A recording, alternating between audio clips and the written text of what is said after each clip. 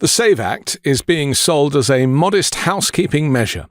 Who could oppose safeguarding voter eligibility? Who could be against citizens voting and non-citizens not voting? The branding is neat, the acronym reassuring, the rhetoric predictable. But beneath the tidy packaging lies something far more consequential, a sweeping federal intervention that would fundamentally reshape who can vote, how they vote, and whether they can vote at all. If enabled, the Republicans' SAVE Act would not merely tweak election procedures, it would tilt the playing field before a single ballot is cast, potentially shaping the midterms and every federal election that follows. It's the Save America Act, and the Democrats are against it. I heard one of them say, we will stop the Save America Act. No, we're trying to save America. And it has to do with largely voting. And basically, it's got three very simple points. It's got voter ID, photo ID, but voter ID with a photo, right? It's got the confirmation of U.S. citizenship. You have to be a citizen. And then you have no mail-in ballots. And there would be no mail-in ballots, very important. You know, we're the only country in the world that does a system like we do. We're the only country in the world that has mail-in ballots. Let's start with the premise. Federal law already requires that only U.S. citizens vote in national elections. Voter registration forms require applicants to attest under penalty of perjury that they are citizens. Numerous audits and investigations, including those launched by Republican-led states, have repeatedly found that non-citizen voting is exceedingly rare. It is not a systemic problem, it's a talking point in search of data. The SAVE Act proposes to fix this near non-existent problem by imposing strict documentary proof of citizenship requirements nationwide. To register, Americans would need to present a passport, a birth certificate, or similarly specific government documentation. In addition, voters would have to show a narrow set of approved photo IDs at the polls. States would be required to share voter data with the Department of Homeland Security to verify citizenship status. The rules would take effect immediately or within a short time frame. On paper, this sounds procedural. In practice, it would be transformative. More than 21 million American citizens do not have ready access to documentary proof of citizenship. Roughly half of Americans do not possess a passport. Millions lack a physical copy of their birth certificate. Replacing lost documents costs time and money and often requires navigating bureaucratic processes that can take weeks or months. For Americans living paycheck to paycheck, working multiple jobs, or caring for family members, this is not a trivial hurdle. Add to that the reality of name changes. Millions of married women do not have birth certificates that match their current legal names. The SAVE Act nominally provides a mechanism to resolve discrepancies, but that mechanism translates into additional paperwork, additional scrutiny, and additional opportunities for error or rejection. Every extra step reduces participation. That is not speculation.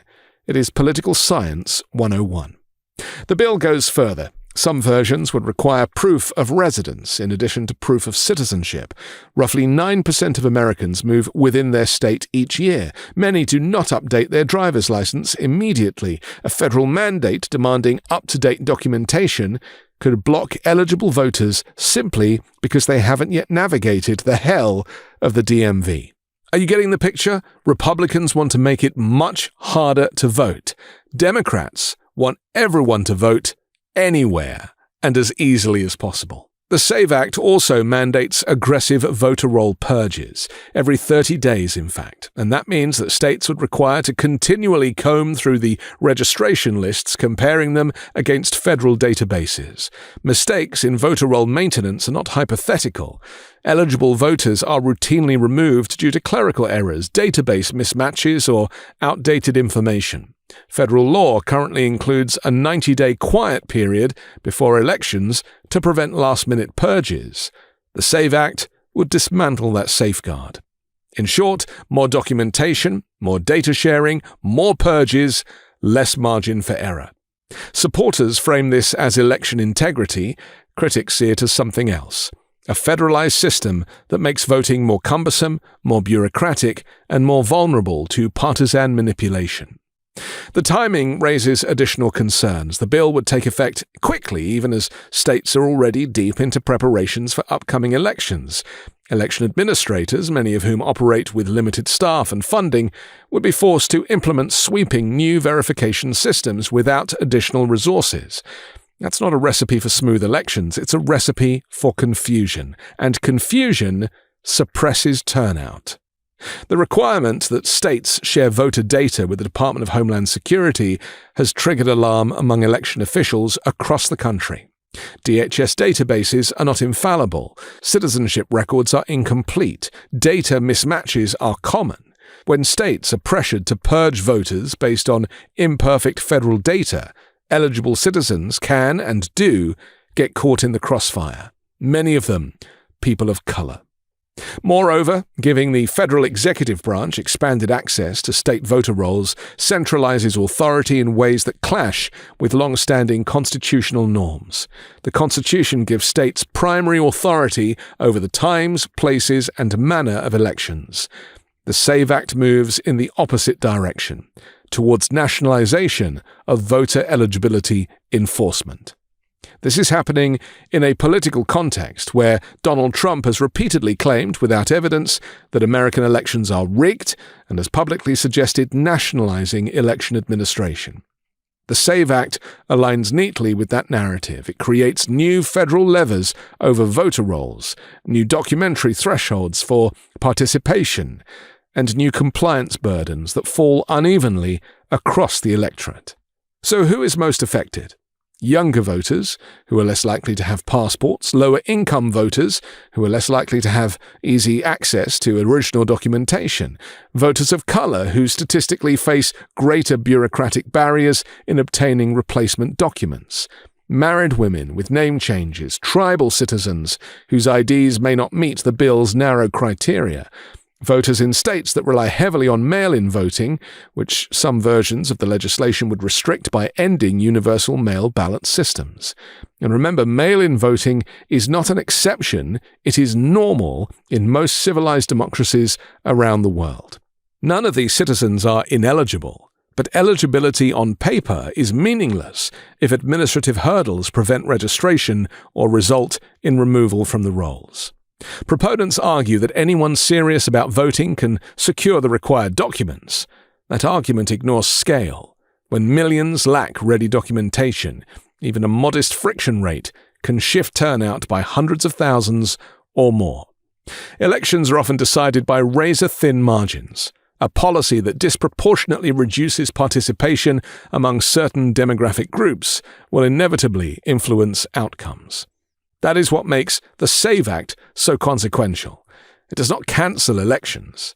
It does not stuff ballot boxes. It reshapes the electorate itself.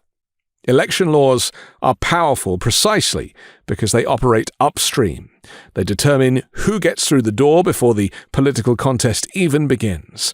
When documentation requirements, data sharing mandates, and aggressive purge cycles are layered on top of one another, the cumulative effect can be substantial, even if each individual provision is framed as reasonable.